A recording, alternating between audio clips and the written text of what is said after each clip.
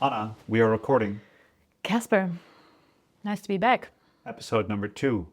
Long time coming. Yeah, it took us a while to get back into the recording studio. Um, Despite a lot of very excited messages in reception of our first episode. So we definitely got a lot of really wonderful responses from people and also some really cool questions and topic requests. We've just been busy with life Live. and with a lot of the things that we'll discuss today, because one of the more popular topics that was requested to speak about, and we got some questions about, is the topic of psychedelics, psychedelic therapy, ceremony, entheogenic journeys, all different words for the same thing.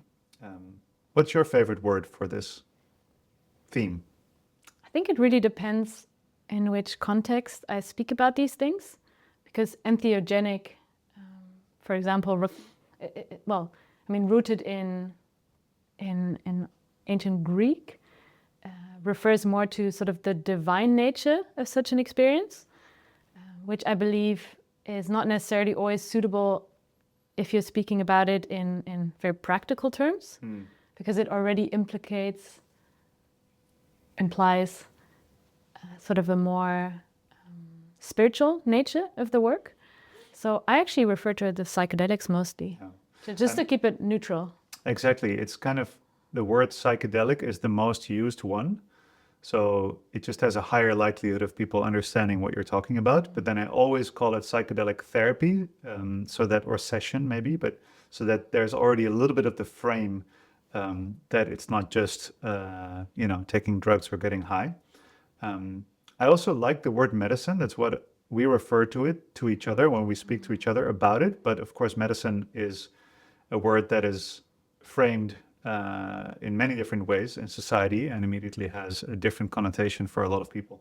And it's actually interesting that we're starting the podcast with even trying to navigate how to speak about this topic, because also the questions that I get most frequently about it and the questions that people tend to ask and tend to have also show that people don't have a strong frame through which they can interpret it, and that the only way we can interpret it is through the existing societal frames that we have to talk about substances, which very quickly is about partying, it's about drugs, it's about addiction. And I spent quite a bit of time trying to explain to people that this is an entirely different category of things that potentially can fall in these other categories as well, but it really has to do with how you relate to it. So I think that that's a really wonderful theme that we can talk about for hours. And I think that's actually maybe a very important first point that we can make, because you mentioned both the terms drugs and medicine. And one of our teachers once said that it's all about intention, basically. So anything can be a drug and anything can be a medicine.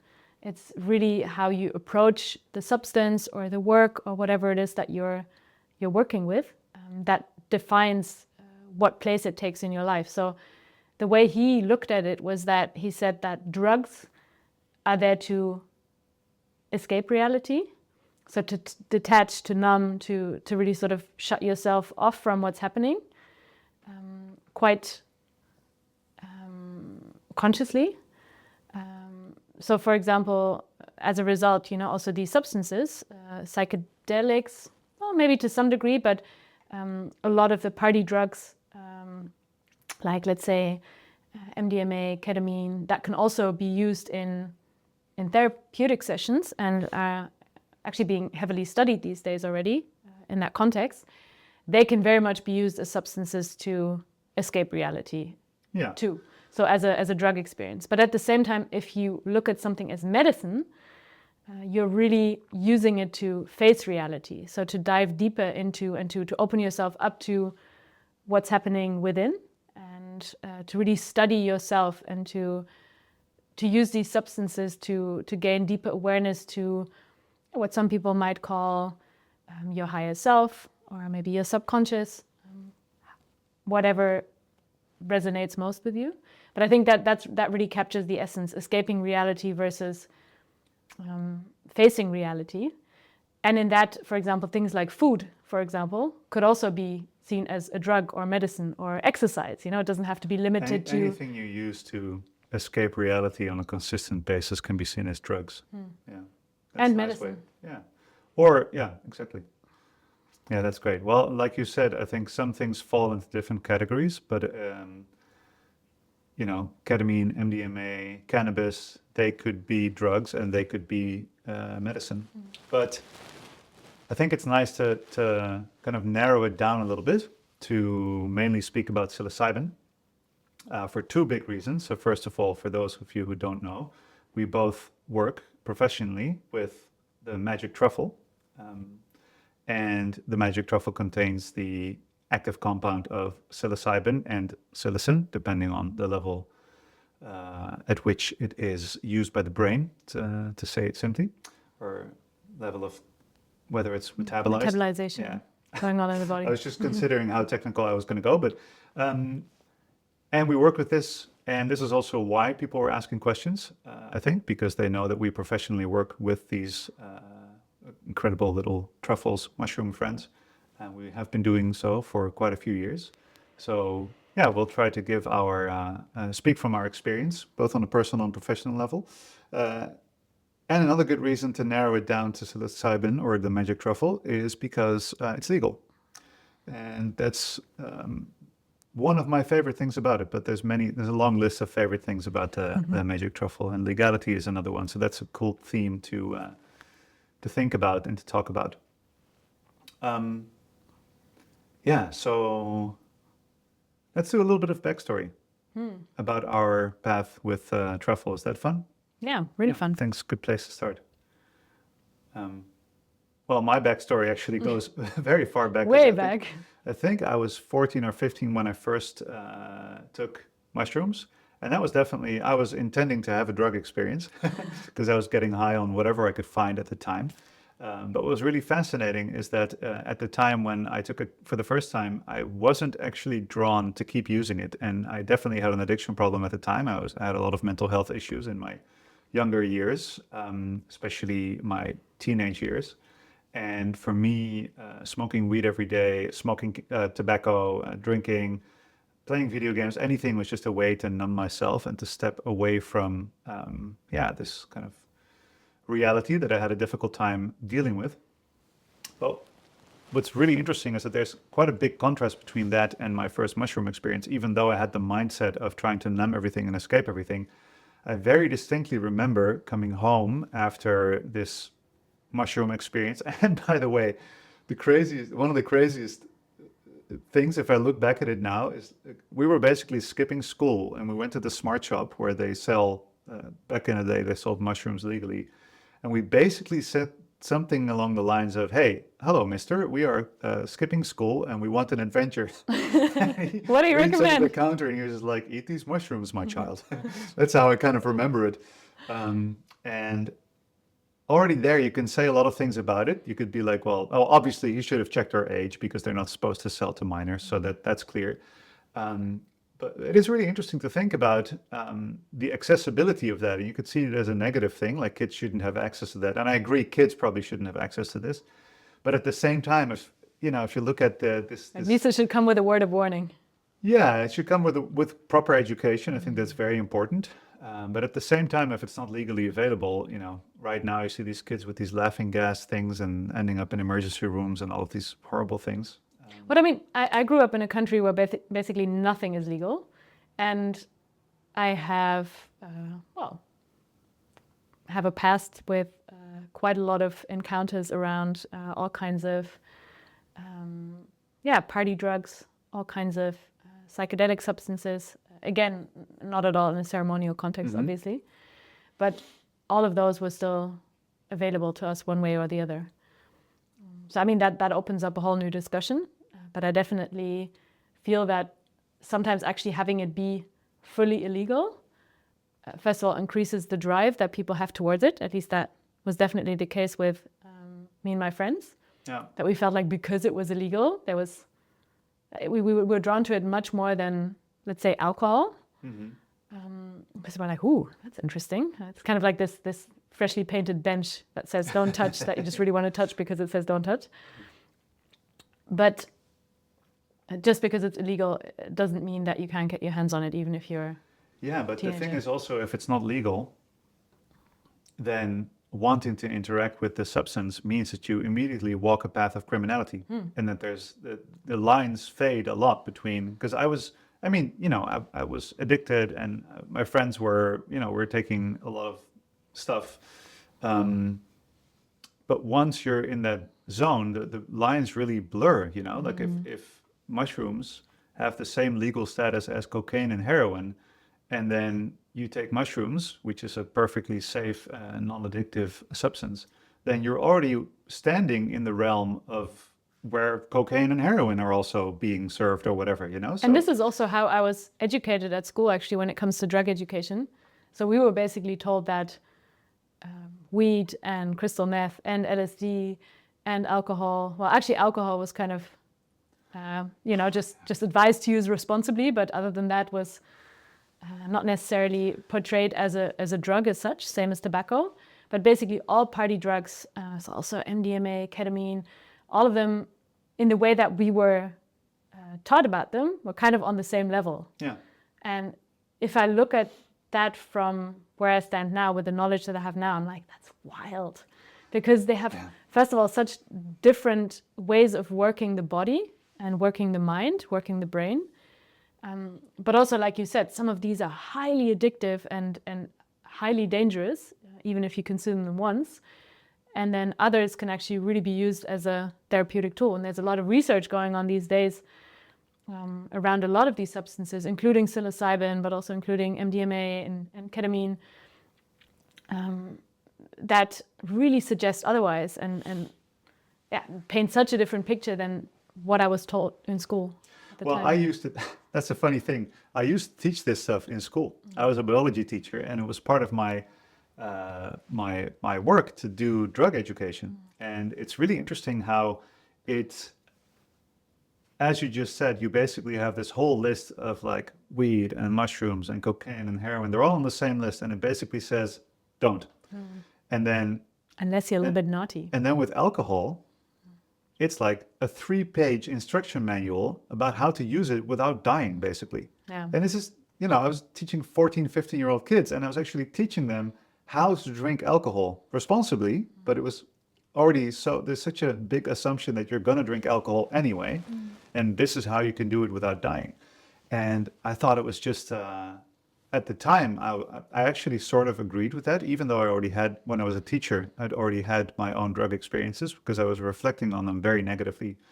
Oh yeah, so just to switch back to that story, my first that first mushroom trip, well, when our sacred shaman gave us a bunch of mushrooms to go and eat in the park, and it was just a completely different experience than all the other things that I was doing. I remember having very deep philosophical conversations and listening to the rain underneath. I was under the umbrella and listening to the rain fall on it and hearing everything differently. But there was this one moment that I'm still kind of mind blown by, that I came home and I looked into the mirror before going to bed, and I saw myself, but I could also see in a very real way that it wasn't myself, and not in a disconnected way, not in a way where I was like so drunk or so high that I barely recognized myself, but I recognized something beyond myself. And that was interesting already when I was looking in the mirror. And then I went to bed, and then I had a whole beautiful like visual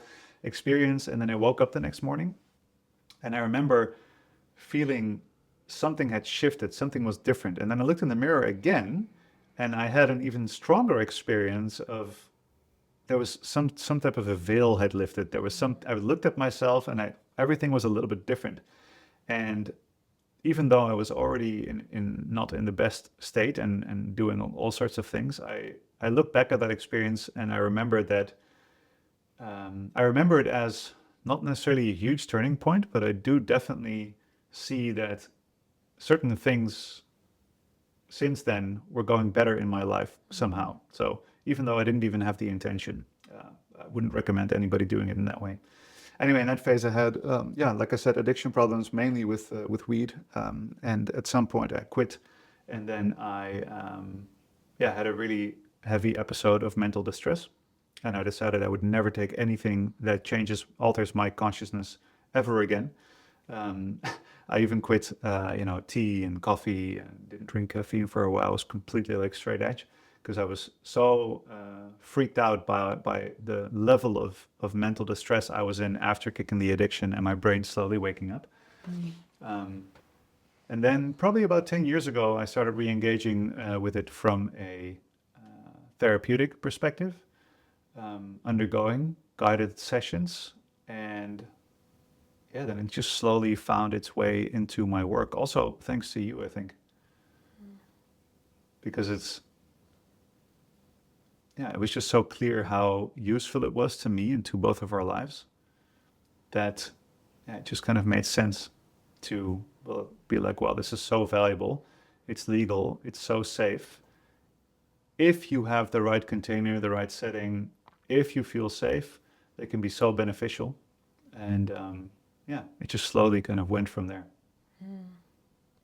Yeah, I think for myself, I was counting the other day, and I was thinking about when did I have my first psychedelic experience, and I think it was when I was 17 or 18, roughly. So it's been a good 17, 18 years that I've been at least aware of and in touch with these substances. And I never had moments where I felt like, well, I have a long history of using all kinds of party drugs for fun, including psychedelics, and actually just having a really good time with that. So I never had a moment where I felt like, I've definitely seen people come to a point where it was out of control, also in my environment, but for myself, I never really hit that spot. And to me, it always felt like something that, and it's similar to what you're describing, where even though, of course, I was using it with a very different intention of simply having fun and letting loose and enjoying myself, and not necessarily with the intention of going inwards but also and not using numbing it and as escaping. Exactly, but also not as it was a very conscious choice. And there was even a moment in my early 20s where I completely quit drinking alcohol, also not sort of as a rebellious act, but simply because I was like, wait, this is actually really numbing my mind. And I actually really had this moment where I was like, okay, this is making me less aware of what's going on around me. It's making me engage less with my environment. I sometimes come home, I don't really fully know what happened, not in the sense that I had huge blackouts, but everything's just a little bit blurry. And I just really didn't like that, and didn't like the effects that it had on my body.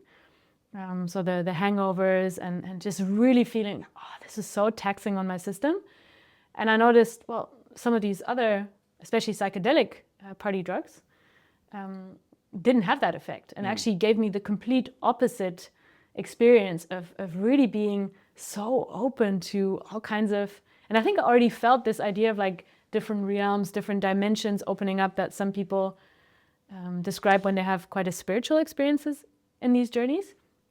Where I was like, wow, the world seems so much richer, or there's a different layer that opens up when I use these, well, at that time I was calling them drugs. And I was really drawn to it. And I couldn't really put my finger on it, what it was, but I definitely had a bunch of moments where I was like, wow, this really actually brought me something. I didn't intend for it to be meaningful in that way, but it definitely opened up something beyond what I was hoping for. And it just kept being this, almost like this intrinsic motivation, or this internal drive to seek out these experiences again. Definitely also had some moments where I was like, whoa, this is way too intense, and I'm coming to a place where I'm probably way too sensitive through these substances with regards to the environment that I find myself in, like a techno festival. But yeah, there was always this drive to it. And when I first actually sat in ceremony with these substances sat in ceremony, and I think this is something we can also kind of talk about, what that means to sit in ceremony versus to simply have an experience with one of these substances, and what that changes in the experience. I was like, wow, okay, this is actually what I've been looking for the entire time. So I was already almost halfway there by having discovered the substances and having these experiences. I just didn't quite know how to work with it in a way that was serving. And I don't look back at these party times in a negative way at all, and still enjoy a good party in there. But I've just really come to the realization that, especially with psychedelic substances that are also very much unpredictable in nature in the way that the experience plays out, even if you have a lot of experience. This whole idea of like, oh, even if you have 1,000 journeys, you still don't know what the 1,001st one will be. Yeah. And maybe that also right away answers the question that people often have of like, oh, but why do you do all these journeys? You've done so many, you've worked with these substances for so many years, like what's still to find there? Like what are you still getting out of it? And I always describe it or compare it to reading books, because just because you've read 1,000 books doesn't mean that you won't want to read the next one, because it's just so rich and there's so much to get. And of course life moves on and you have different things that are relevant to you, different things that you might want to ponder about.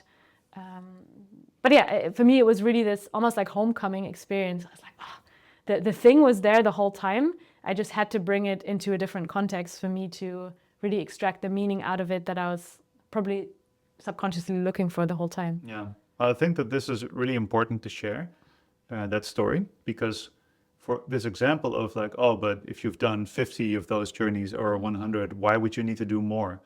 And then, yeah, my answer is, why would you need to visit another country or another museum or go for another walk or, read another book? But the reason that people don't frame it in that way is because, like I said before, societally, we don't have a clear frame for these types of experiences because they are immediately categorized in the negative extremes, which I understand, because the story that I shared about my backstory of being, starting to get into drugs when you're 13, and then that slowly turning into stronger drugs and being more addicted and becoming criminal and all these things. I saw my friends do that, so out of the 10 people that I surrounded myself with, probably 7 of them ended up walking that path and never leaving that path again, so that's a legitimate thing to consider. And that's also the reason I think that people immediately frame it in the realms of addiction and drugs. Yeah. But this kind of story that you have. Also actually, in the party scene, I've definitely seen a lot of that as well. Yeah. And I personally, took a very different path and never sort of I think I never engaged with these substances in that way. And as a result, also the partying at some point became a little bit dull. It was just like, that was actually exactly. That was actually always the same thing, kind of like chasing a high, getting into that flow of dance, like this trance state, which is cool. But in the way that you find it in a party setting, it definitely becomes repetitive. Whereas if you take a journey like this inwards, it has almost infinite potential to go anywhere. Yeah, for sure. But what I want to say about why it's so important to share these kinds of stories is because you don't hear them a lot when you talk about these substances. And this could be because I think people assume that you don't hear these stories because they don't happen, because you either get addicted or you quit and you walk the line. But I think a lot of people I think there's many people who have really profound and wonderful experiences with different substances. And then 2 things can happen. Either they never share about it because it is a taboo subject, right? So because you always hear about addiction and criminality and like those negative sides. It's also really stigmatized. I mean, exactly. So I've just started being open about it and saying like, I've done a lot of these substances, and but yeah, people, especially my family, but a lot of people really look at me thinking like, okay, well. Yeah, but that's the whole point. So as soon as everybody has this image of somebody who uses drugs, and this is an addict who is not control of his life. So then if you tell someone in your social circles that you had this experience, they immediately categorize you there or are afraid that you might be categorized there. Yeah. And I think that is a very important thing to realize, because another really big thing that's a part of that is that we're not supposed to have meaningful experiences in altered states, right? So the agreement, kind of the unwritten agreement in society is, sure, you can go and you can lose your mind for a moment. And it's on these days, you can Friday and Saturday night, those are the approved days. You can go into a dark place with loud music. You take this substance, you can drink alcohol and you can smoke tobacco and do what you got to do. Escape Let reality for a go, bit. release. Everybody needs to blow off steam, whatever. And then you come back to normal life. But just remember that that's not the thing. Right? So And that's even not with, normal. yeah, Also. even with alcohol, if you would tell your friends, for example, and go like, wow, I had such a profound life-changing experience. I realized that I get to love myself, or like you have some type of really amazing share that somebody has, like, wow, I learned to love myself. I realized this about the nature of consciousness, and they go like, wow, how did you get to this conclusion? And then if you would say, well, I was dancing in the club Friday night, and I had like a little bit too much to drink, but it put me in this state where I suddenly had this realization. They go like, okay, I get it. Like, forget that whole thing. You were just drunk, right? So even if you do have a profound altered state experience, people want to put that away as like, no, no, no, no, that can't be real because it was drug induced. And this is another theme that comes up a lot because, of course, I work mainly with breathwork, which is my core offering. And then I also work with the magic truffle microdose. And of course, we work collaborate on this as well. And what I find so interesting is that very often people say things like, oh, but why do you have to take a substance that's not natural? Why can't you do it with just breathing? And or why would you want to make it even stronger? It becomes dangerous if you add a substance and then breathe with people. And then first of all, I go like, what do you mean by taking in an external substance? What do you do when you inhale? You have a living relationship with the external world in every second. And I think historically, um, if you look back to our ancestry, you would see that humans, and if you study indigenous living people, they have really profound relationships with the external world in the sense that they're always collaborating with different plants, different fungi, with animals, with the wind, with the elements. I think it is actually a very natural thing to change your state with external things. That's the whole point. Every time you eat your coffee, your Exactly. tea, your screen, it is all external influences. Yeah, because everything you consume in whichever way, not just physically, but also mentally, everything that you watch, everything that you Everything listen influences to, you. everything influences you and has an effect on your system and will alter the way that you act. Yeah. And you just mentioned coffee. I think if we compare a cup of coffee and a microdose of psilocybin, coffee is probably the stronger message that is sent to your system or has a stronger effect. Yeah, and even to high doses, because if you would look at, for example, I mean, they're completely different substances, but they just outlawed here in the Netherlands caffeine pills because it's so easy to take an overdose, and people actually get overdoses from caffeine, and this is very harmful. And yeah, with psilocybin, there is no known toxic dose. Of course, you can take a very overwhelming dose and have a much too strong experience, and it can be traumatizing in that sense. Or if you're not in a safe place, you might like run onto the street or jump off a building or whatever. But also chemically, these substances aren't, um, any worse than most of the other things that we do think are okay, like caffeine and and alcohol. And you can definitely breathe yourself into a very dark and Well, and dangerous that's another place. very interesting thing. So in my style of working, I use the microdose to make it actually safer to do breathwork because in like a very common way of working in the breathwork scene is to take a group of people and make them hyperventilate as hard as they can for an hour. And then people go like, it's not called hyperventilation and it's not as hard as they can. It's like, well, Shamanic sure. breathing. You're breathing more than you need to, and there's certain physiological, let's say, imbalances that occur, and this is what causes this altered state. Now, if you take an hour of really heavy, intense, for example, conscious connected breathing, or whatever style you choose, that's really heavily dysregulating on many levels. I won't go into the details, but it's potentially dangerous. People pass out, they get tetany, they get like all kinds of things. And then in contrast, I do 45 minutes of very slow, calm, gentle breathing, like the intensity you would find in a yoga class. And then supported by a little bit of this completely safe, non-toxic, non-addictive mushroom, the awareness of what comes up in your body is even higher, so that you do not need to engage in really heavy or intense things. because you're staying in this zone of gentle, loving awareness, within which you can do a lot of inner work without a lot of intensity. So also there, like there's so many parts of society and even the like kind of like the consciousness, self-development scene, where there's so many stigmas and taboos. And a lot of people don't really speak about it, which I understand because it is stigmatizing. But yeah, I think for us now it's become such an important part of our life that yeah, it's just very natural to share about it. Yeah, for sure. And I think also, because you already mentioned full dose journeys, I think there's also a huge spectrum there as to how you can work with substances at a full dose.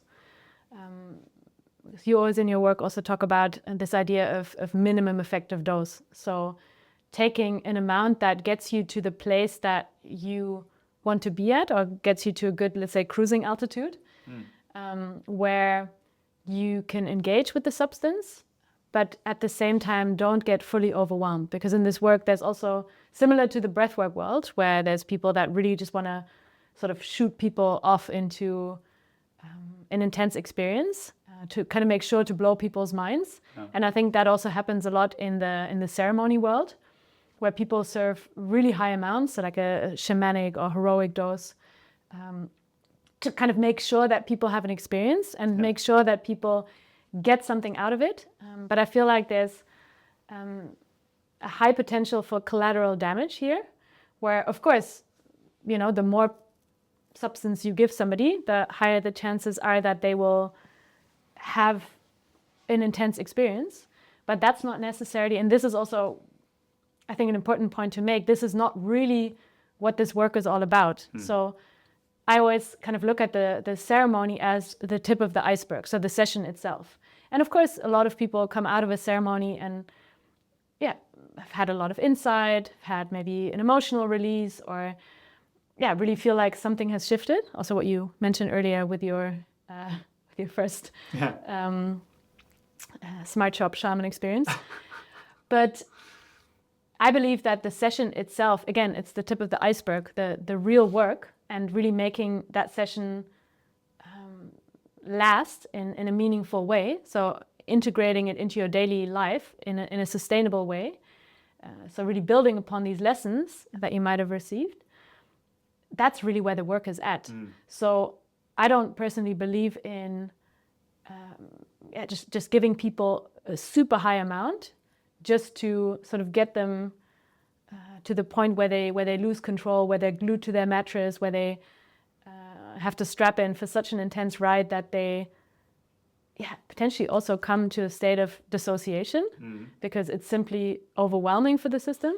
But to rather give them,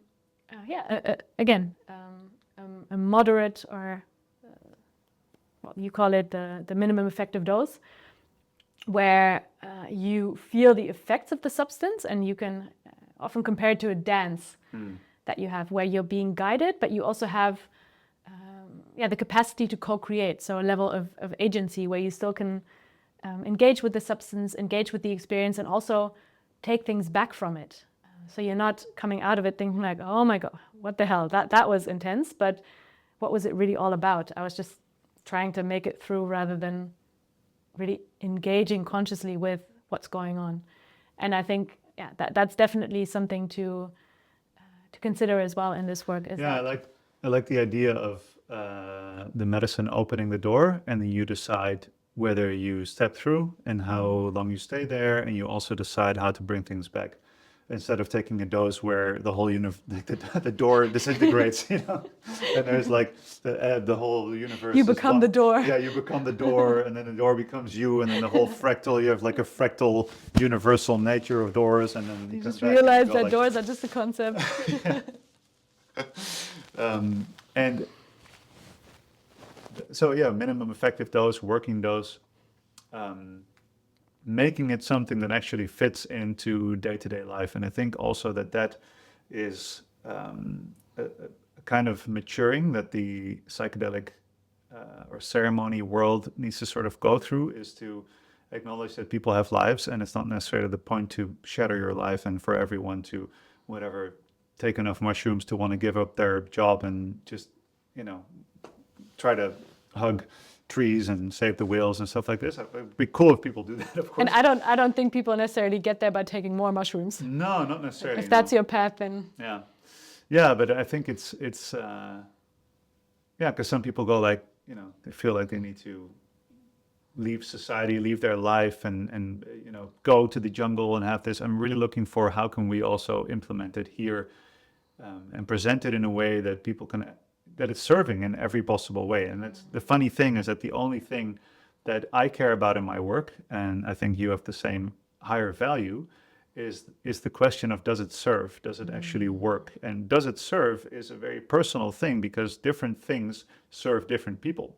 So what we've been really working on, I feel, in the last years, is to really let go of any agenda, any idea of what people should experience, all these kinds of things, and that it's really about, okay, we have experience in facilitating a modality and guiding the process of integrating that experience into your life. And we kind of offer it as a buffet, and then people can have their own agency and their own control over how they engage with that. And I think that that's, in general, an important evolution in this world of like coaching and personal improvement, is that, yeah, often people still kind of want something or someone to take the wheel for them. They want the mushroom to fix it for them. They want the ayahuasca to give them the answer. They want the coach to really get them across the line. And I feel like one of the most important things in this work is to never take away somebody's power. And this is, I think, a very important core value that this whole thing is based on. And with that, I think that, as you were just saying, it's not about what you do, it is about how you do it. It's not about the content, but about the context. So the funny thing is, if you look, for example, at the 3-day retreats that we do, so the entheogenesis, you have an intake call where, like, we honestly try to determine whether somebody is the right person for this journey. We're not just trying to make a sale, So it starts already with what is right for you in this moment. Then there's the preparation phase. well, and also I think maybe this is just a quick one to sort of interject. Not necessarily just, is it the right moment for you? Is it a good fit for you to do a journey? But also, is it a good fit to do a journey with us? Because one of these things that I always sort of bring to people is this idea of objective and subjective safety in this work, is where, of course, it's important that you find somebody that objectively knows what they're doing and has the experience and can keep you safe. But I think it's equally important, if not more so, to find somebody that you feel comfortable with, that you trust, because this work, and especially in a ceremonial setting where you really also have this intention of going inside and this intention of really looking at yourself in a different way, looking at life from a different perspective, it's so crucial to feel safe. Yeah. And to be in an environment where you really feel like, hey, these are people that I vibe with, basically. So I think that's also something that's just crucial for people to consider as they step into this work, to really look at both the objective but also the subjective side. Yeah, but my point was also that, also in relation to this, but I think that if you look at that whole trajectory, you seek out someone that you feel safe with. You have that conversation, you go like, oh, this feels really right. You do the preparation, you start journaling, you change a few things about your habits and your diet. You arrive at the weekend, you have movement and breathwork and meditation and sharing and meeting like-minded people. You have a ceremony day with like live music and like all of this stuff, and then you have an integration day, and then another sharing circle, and then an integration thing. So if you look at the whole One-on-one journey, integration support also, yeah, where exactly. we can really But focus my in. point is more that if you think about the context, if you take that, so basically you decide, I have something I want to work on for myself. That's my decision. You find someone who wants to support you in working with that. And then you have your preparation, your journaling, a weekend away from your normal life to work on this. Even if you would not take any substance, right? If you just sit there and drink a glass of water with that intention, or you would not take any psychedelic, that whole context in itself would already be a very valuable experience if it is conducted in the right way. So I think people tend to overemphasize or put too much or overestimate it's so funny because they both overestimate and underestimate the substance itself. Um, but everybody goes like, oh, but why should you take a psychedelic, or why? It doesn't matter what you take. The point is that you have an idea of how you could be different, or something you want to work on, or you just have an excitement to explore something new. And then every step along the way, so like you said, how safe you feel around the people that facilitate, for example, and whether then you do breath work or ecstatic dance or meditation, or, you know, in the end, the truffle is, of course, a substance. It's a very powerful substance. But I would say, this is kind of the point that I was trying to make, is that just the context without the truffle is going to be more valuable than just the truffle without the context. And I think that I finally found the point I was trying to make, to say it very briefly, is that you can just go and buy a bunch of these truffles at the smart shop, and you can eat them in your evening. And I mean, you probably have a very interesting experience. I, for myself, personally know that there is no recreational way for me to work with psilocybin, with the truffle. I personally cannot understand or fathom how somebody would take it and go into like a festival setting. It would be way too overstimulating. I don't feel safe in that environment. There's people who do it. I don't understand it. I also would not recommend it. So for me, the truffle itself doesn't necessarily do the healing work. Because if I'm just by myself and I'm like, oh, you know what, I'll just randomly take 10 grams of truffles and we'll see what happens.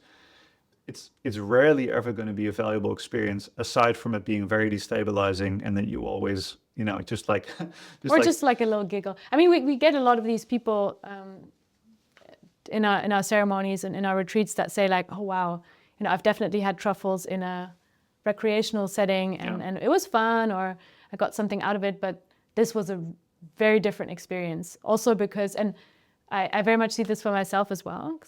Of course, I have a lot of experience with journeys, and there's been a bunch of journeys also that I had by myself. And it's also not something I would recommend necessarily to somebody who's just starting out in this work.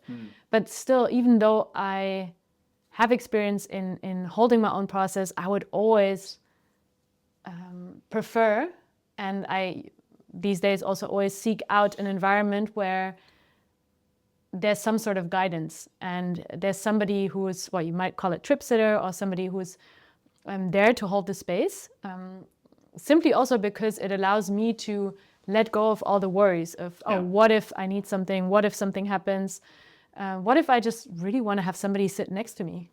And that really allows for the full experience to open up, I feel, because then there's nothing that I need to worry about myself. Everything is taken care of. The level of safety within my system is there, and then I can fully surrender, which is, I believe, the essence of this work. Yeah, so I think the mechanism behind that, this is kind of my overarching philosophy of that in relation to the mechanism of why that is so important, is that, okay, so we work with these. So first of all, what's the intention? I think in general, the intention is about change somehow. So whether it's like, oh, I'm not feeling good and I want to feel better, which is actually not the main reason why people show up to this work. A lot of people go, oh, I really want to have a new perspective on an existing thing in my life. I want to, for example, explore a dynamic or a theme like, self-love or self-care or spirituality. I have questions about the universe that I haven't been able to answer, and I'll bring them. But either way, all of those things are about change, about somehow being different. Now, what's interesting is that in my experience, and there's lots of interesting developmental psychology things around this, is that why does our body gravitate towards staying the same, right? It's a very interesting question. We tend to repeat patterns, and we tend to get into the same situations in our life, both positive and negative. It's like everybody Saves energy. Huh? Saves energy. Yeah, it saves energy, exactly. And once I heard somebody say the reason, the goal of thinking is to not have to think. So the goal for the brain like of thinking, automation, figuring out a good way of doing it, and then think about it once, and then you automate it. So, and most of the patterns that we have picked up that repeat themselves, both positive and negative, we have learned under some type of pressure. pressure of basically survival, right? So if And you, they used to serve us at the time that we came up yeah, with and them, that's most completely likely. fine. But whether it's a positive thing, so for example, your relationship with money, or how you deal with romantic relationships, or how you know, nourish yourself with food, how you care for yourself, the way you, whether you think generally positive or negative thoughts, these things aren't there by chance, you know, they have been selected. It's kind of a natural selection. You come across certain situations in your life and then you apply, oh, what if I really hold my boundary here? And then, oh, that was really good. And then the next time in a situation arises, you go, oh, I'm going to hold my boundary again. And then every time you healthily hold your boundaries, you're going to learn to practice these healthy boundaries and see the benefits. And the opposite also, if you find a situation that makes you cross your boundary, but somehow you got a payoff, like somebody else was pleased by you sacrificing yourself, then that's going to repeat itself. And of course, the most difficult things to deal with, we have learned in what feels like survival situations, like, you know, being bullied, or disharmonious family situations, or somebody having some type of a power over you. So, Or, yeah, or also in childhood, sometimes it's not necessarily even something terrible that happened to you. But for example, you talked about patterns around money or food. And sometimes it's literally just what we picked up from our families, because yeah. that's what we were shown. And because that's the only sort of frame that we received at an age where we are basically sponges and just, of course, look at our environment to copy potential strategies. Yeah.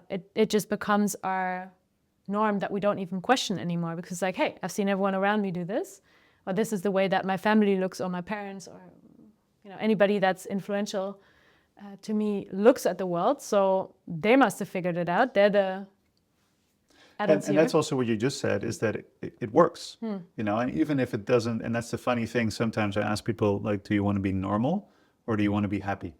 And a lot of people are choosing normal over happy, because you see something that happens, you realize, oh, this is how the thing is done. You know, like food is a great example. Yeah, my family just always eats this, so that's normal. You haven't even considered whether that's really makes you the most happy or the most healthy. I guess, I mean, But if normal works for you, then great. You know, that's normal great, yeah. doesn't always have to equal not being happy. Exactly. But Yeah. So yeah, to summarize, is that the intention for any type of self-development is basically change, hopefully towards a better place. And change is generally resisted by our system, because as long as you do things in the same way, you feel safe. And that's the interesting thing. That means that changing yourself is inherently uncomfortable. And the only way to really make a change is to feel safe enough to be willing to deal with the discomfort and the vulnerability of that change. Because if you do something new, like, you can be the coolest, wealthiest, smartest person in the world, but you've never unicycled. The first time you're going to unicycle, you're going to feel awkward and uncomfortable, and you're going to feel vulnerable. And if the first time you unicycle, somebody laughs at you for doing it wrong, you feel even more unsafe, and you might as well just quit it altogether, right? I don't know how I got on this unicycling analogy, but it works. maybe because I'm a unicycling pro. Maybe because, I don't know, seen you unicycle only once, so you're a unicycler. That went pretty well. It went pretty well, I have to say. Yeah. So that's the interesting thing relating to safety that I wanted to get to, is that I believe that you can only open yourself up to change to the extent that you feel safe. Safe enough to be vulnerable enough to actually do the new, maybe scary, exciting, whatever it is thing. And that's why safety, I think, is the foundational pillar of this work. And anybody who's interested in working with psychedelics should or would be served, I think, by really asking, oh yeah, but what do I actually need in order to feel safe at that subjective level? So you're just speaking about objective safety, which is a thing, which is definitely a thing.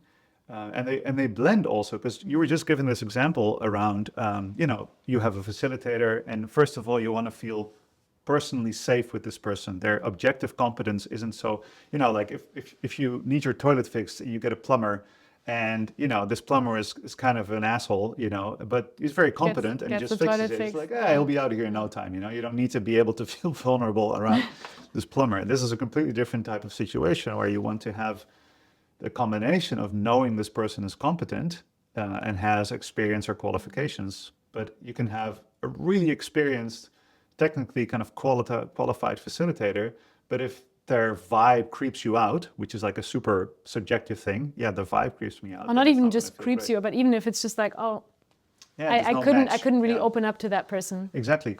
But then another thing that I just thought of when you said about the objective safety, if you're in a session like that, and this is what makes me so sad about rules and regulations, that let's say you find somebody that you completely connect with and you feel amazing and safe, and you go like, oh, around this person, I can be really vulnerable. And just to get back to the vulnerability point for people who've never experienced this, the neurological state you're in, the brain state you're in when these substances are active is literally the most vulnerable and open that you can possibly be, because your brain is in this open, rewirable, very suggestive state.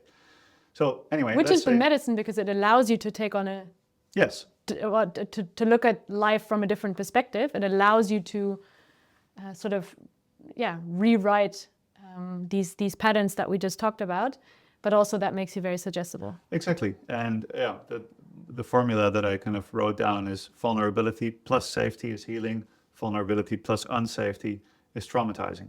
So if you consider that vulnerability is the gold of this, right? So that's because the context creates your ability to be vulnerable, and then you can use that foundation to build your positive change on.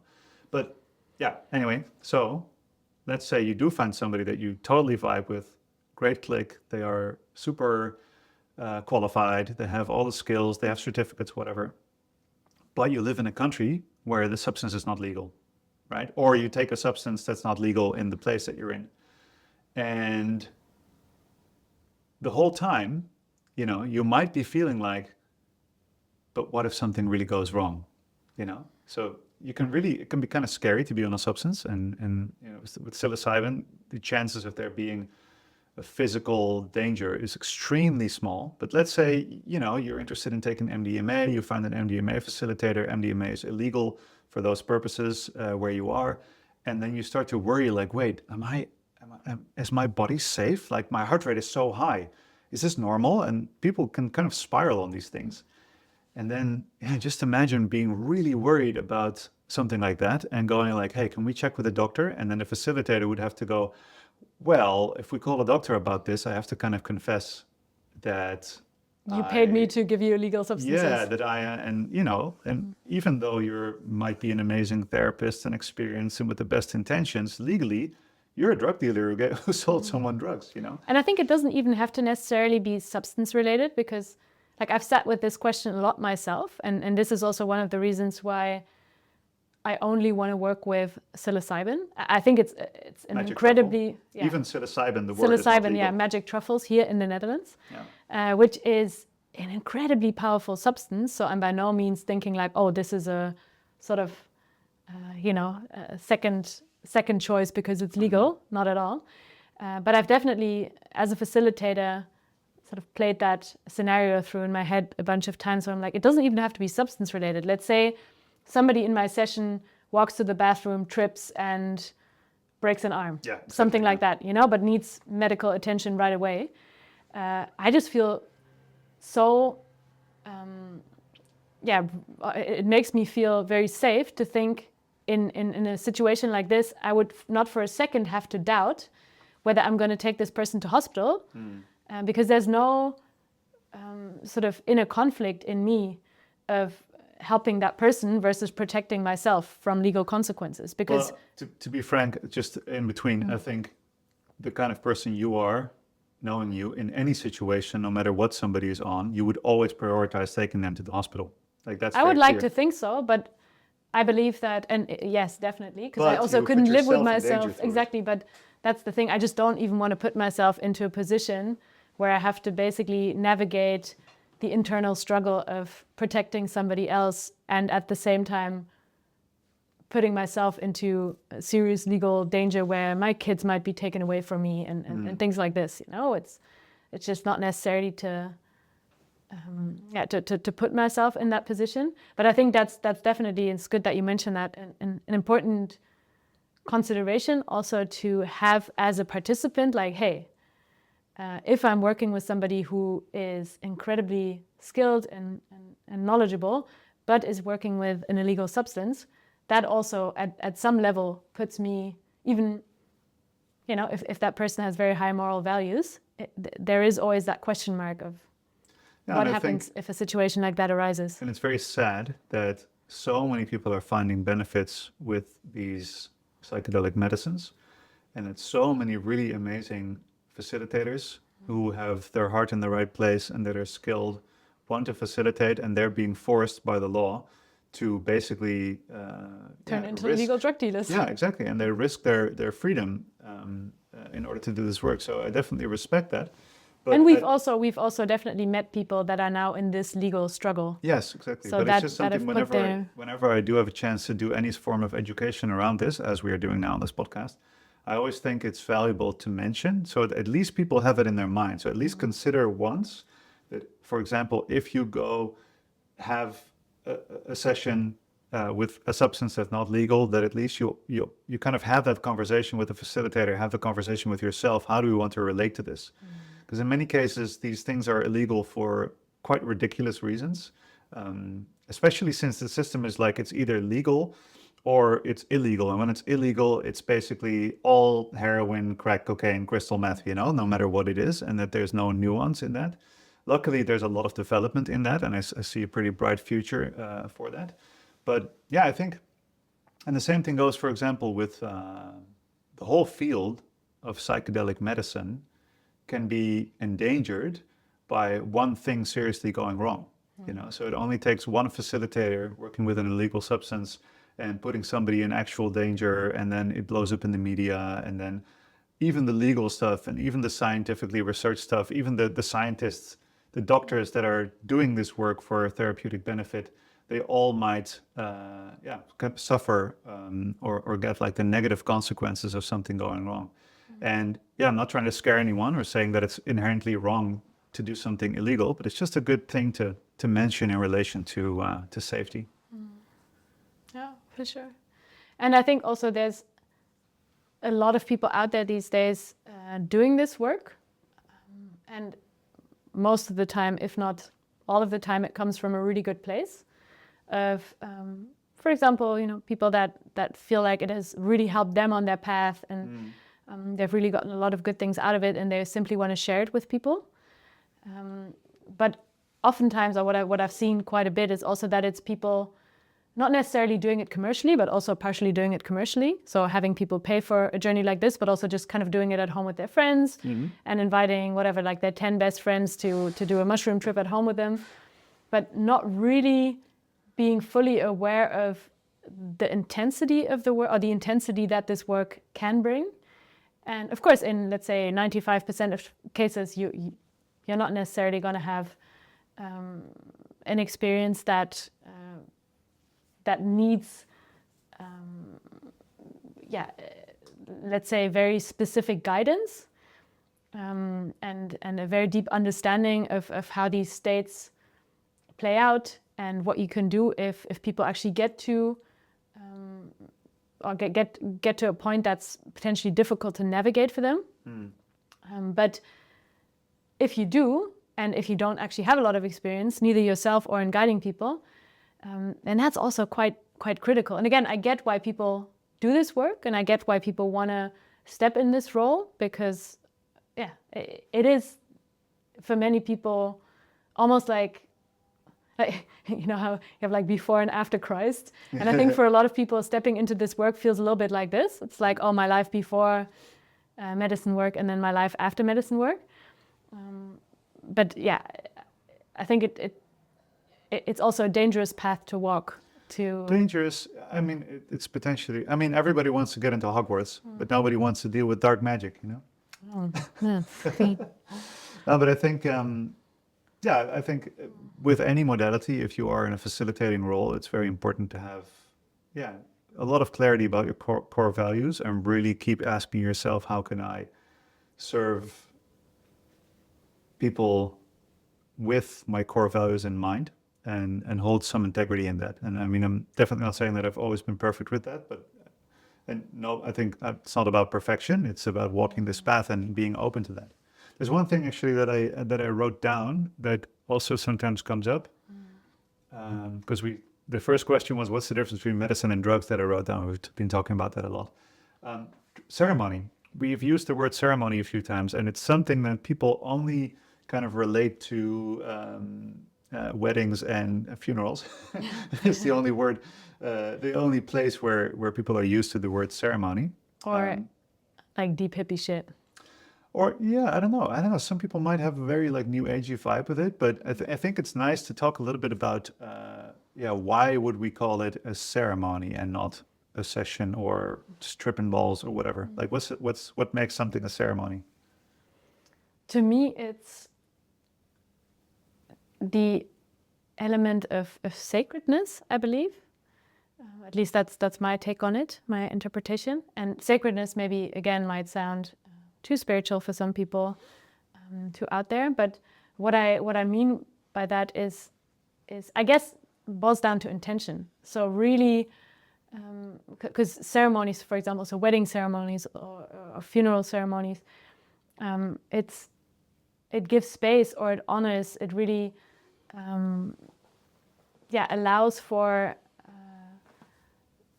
a process around a certain transformational event in life. So if somebody gets married, it's really a commitment to somebody for life. At least that's the sort of idea around it. Or if somebody passes, you say goodbye to somebody forever, and it's really a big transformational step in somebody's life. And to hold a ceremony and to sort of honor the sacredness of that moment, the transformational capacity of that moment, I think is sort of the essence of this work. And as we step into a psychedelic session, we, I think, inherently understand that this, and not to say that every single psychedelic session will have the same transformational impact on a person's life. There's definitely ceremonies or sessions that go deeper and others that don't. But I think stepping into this work with the realization that this might have very strong transformational effects on your life is what really, to me, turns it into a ceremony.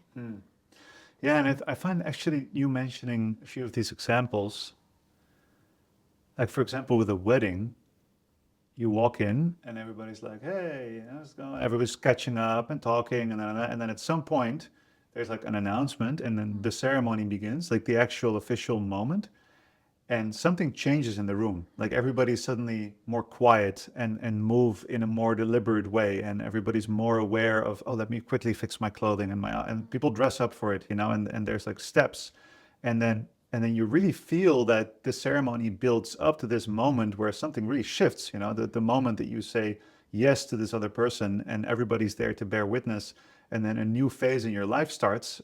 It is a big thing, you know, and I think that people are very susceptible to ritual. I think ritual is a very natural, important thing.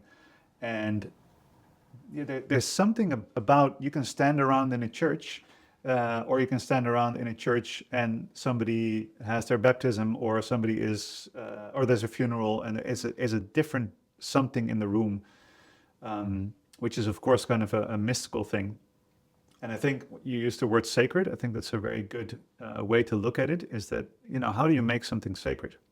And there's many ways to do it. But if you look at all the different rituals that you have, that we have in the West here, but also all over the world, there's always, for example, more silence and a thicker silence. And the words that are chosen with more consideration. And the sounds that are made are really deliberately put in there. And I think that calling a psychedelic session a ceremony creates an invitation and an intention to relate to it in that way, where it's almost like, you know, you can go throughout your day, just have a bunch of thoughts and do a bunch of things, and at the end of the day you're like, what did I really do today? I don't know. It's kind of like the day's kind of passed by, and then you have what's called the profane space, like a normal experience that you're just used to.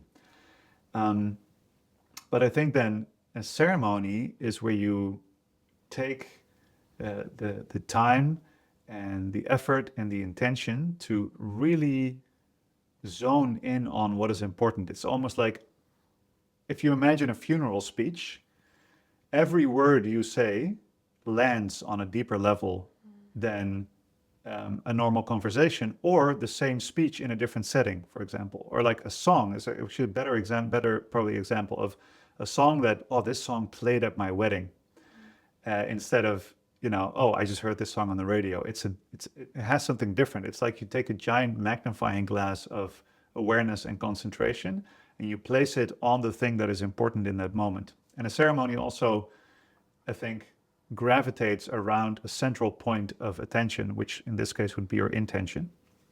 And yeah, I find it very, very mind-blowing to see that certain things that, for example, journal entries that are written in ceremony have a very different gravity, a different ring to them than journals that I take at the end of my day, for example, even though I journal with the same intention. I think it's maybe that ties back into this idea of the tip of the iceberg, like a journey being, or a ceremony being something like that. Yeah. Is that, for example, also if we celebrate a wedding, of course, the love that is celebrated on that day, or the partnership, it was there before and it will continue after. And at a funeral we grieve somebody, but that's not the end of that grief. And similarly, in a ceremony, we sit with a certain intention, but again, it's really also what happens after, and maybe also what has happened before to even get us to that point. That sort of makes up the whole process or trajectory. But it's really about, again, the sacredness. So sitting with something and putting a magnifying glass or a level of focus on this. And I believe, especially our ancestors, and there's still traces of that in society, but if you look at a lot of indigenous cultures, they have a lot more of these sacred ritual spaces. But for example, in our culture, and especially in the Nordics, they celebrate the solstices way more, because they're so the light returning or the darkness moving in is so much more noticeable. And in our culture, that's gotten lost a little bit. But also Thanksgiving, for example, has become a really commercial event these days. But in essence, it's giving thanks to Mother Earth for providing us with all that we need. But of course, that happens every single day. And you could technically celebrate Thanksgiving every single day. And you probably do in your own ways by giving thanks before having a meal and just sort of being aware of the fact that this planet nourishes us in all the ways that we need. But to really consciously take a moment to celebrate that, and to take a moment to sit with that realization brings a different magnitude to the entire process. And I think that is really also what you're trying to do in a ceremonial setting like this, is where this intention, whatever theme you're sitting with, whatever thing you might be looking at, it's not that it emerges in ceremony and then is solved. And again, also this work is not a magic pill by no means, but it simply helps to focus in on something specific, and to bring a level of attention and to bring a level of ritual to it, that really gives it a different shape and a different intensity also as a result. Yeah, I hope I can word this well, because I was realizing a few things. The first one is that I think it's also the sense of safety is also amplified by knowing it's a ceremony, because in a ceremony there's always very clear agreements.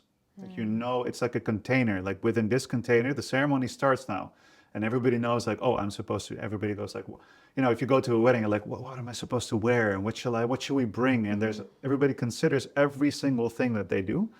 And because there are clear agreements, because the ceremonial space, so to say, energetically, is created by the agreements and whether they're upheld. And so it's very clear, like, hey, there's a clear start and there's a clear finish. This is the place where it happens. This is the place where we honor sacred things, like the altar, for example. If you have a question, ask it in this way. If you have difficulty with that, find support in that way. And this is a lot of the preparation we do before a ceremony is basically, it's almost like, it's almost like you're building a physical space in the sense like this goes here and that goes there, except you're doing it in the non-physical realm.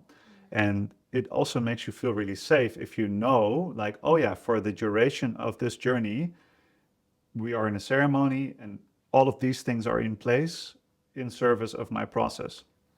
And the other thing that I just realized as you were talking, let me see if I can find it in my brain, is, oh yeah, imagine you have something you want to work on. There's a theme in your life, like for example, dealing with shame that you feel in your body, or lack of self-love, or an insecurity, or not being able to make a certain choice. And you, like for weeks, you're walking around and you're like, man, what do I do with my job, with my house, with my relationship? I really don't know. And imagine having somebody come up to you and say like, hey, you know what? We're going to hold a ceremony for this question. And you're like, what? What does it mean? Yeah, we're going to gather 10 people and we're all going to sit in silence and you're going to think about this question and ask yourself, how do you want to relate to it? And everything on this day is completely in honor of you and your relationship with that question. Like, how awesome would that feel, you know, if somebody would do that for you? And this is also the magic that I see in the group ceremony. You know, I remember sometimes we would introduce, people would come and then we would say like, we have all gathered for your healing.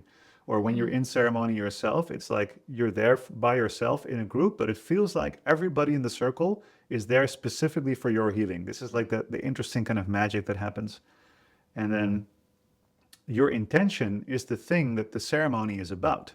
And because you're in a group and there's songs and there's an altar and there's, you know, incense and there's smudging and there's like the whole setting is built to honor that thing that you're working on, to make it sacred and to be like, hey, for the next whatever 8 hours, this whole day is about that thing. We're holding a ceremony for your grief or loss or joy or ecstasy or bliss.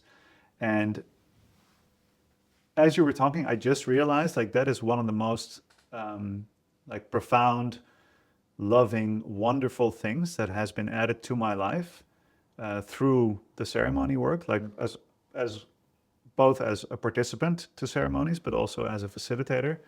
It's this idea that you can take anything in your life, you know, your worst mistake, your biggest fear, your biggest insecurity, or your wildest dream, or your greatest sense of like weirdness or whatever, and you can take that and be like, oh, I'm gonna hold a ceremony for this thing, and it is whatever it is 100% welcome, because that is the foundational, the foundation, I should say, of the ceremony, is that whatever you bring is welcome and gets to be honored in that sacred way.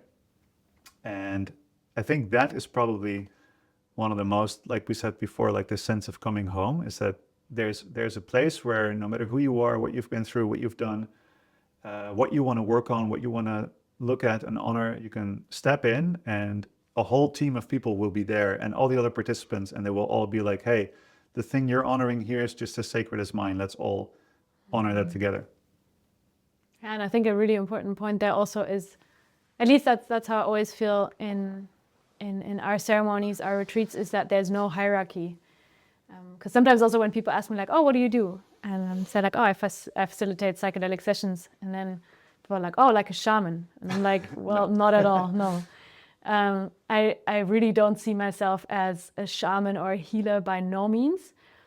I really see this work as, I think we touched upon this earlier a little bit as well, as sort of the curation of a space that feels safe and that feels protected for people to do their own work, and also for the substances to do the work that they do. It's space holding, I guess, is really the word that describes it best. I'm not doing anything in that sense. Like, I'm not healing people. I'm not suggesting for people to move into a certain direction. All that is done is the creation of a space within which people feel safe enough to be vulnerable and to look at things that they usually push down, that they don't want to look at, they don't want to deal with. And that can be negative, but also sometimes their own greatness. It goes both directions. But in that, it's not just us as a facilitating team that sort of guides the direction of this, but it's really a co-creation, and that's why, you know, this idea of like everyone gathering for your own healing sort of really comes to life, because we see it so often in ceremony that people inspire and also trigger each other in the best possible way, where, for example, somebody breaking into a cry almost gives permission for somebody else to find that in themselves and to express that outwards, and vice versa also. You know, people getting really triggered by the behavior of somebody else, and then getting the chance to study in themselves what it is that triggers them so much about it, and what they're probably not allowing themselves to do. So yeah, I feel like that's really the magic of this work, is that, and you made that point before, it's not necessarily even about the substance, it's not about the person holding the ceremony, it's also not just about it's a blend of all, right? Yeah, like yeah. it's really all of these things coming together, and all of these things being chosen quite consciously, and being sort of arranged in a way that makes sense.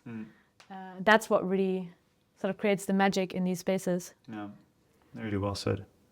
I think we're gonna have to cap it off, because it's not too long before we have to tend to our kids. There's a lot of information there, and also I think this was a really a lot of tangents. Yeah. There's lots more to say. Yeah, we but can talk about this for so long. I think it's good to mention that if anybody's interested in doing this work with us, if you resonate with what we're saying and you feel the vibe, what's the best place for people to go? Yeah, I think the best place would probably be my website, or the Entheogenesis website. So Entheogenesis, again, are our 3-day immersive retreats.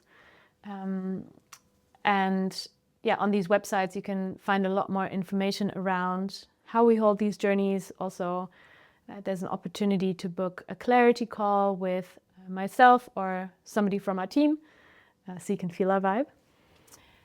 And there's also a lot more information around the substances, set and setting, so the way we do this work, beyond what we mentioned today.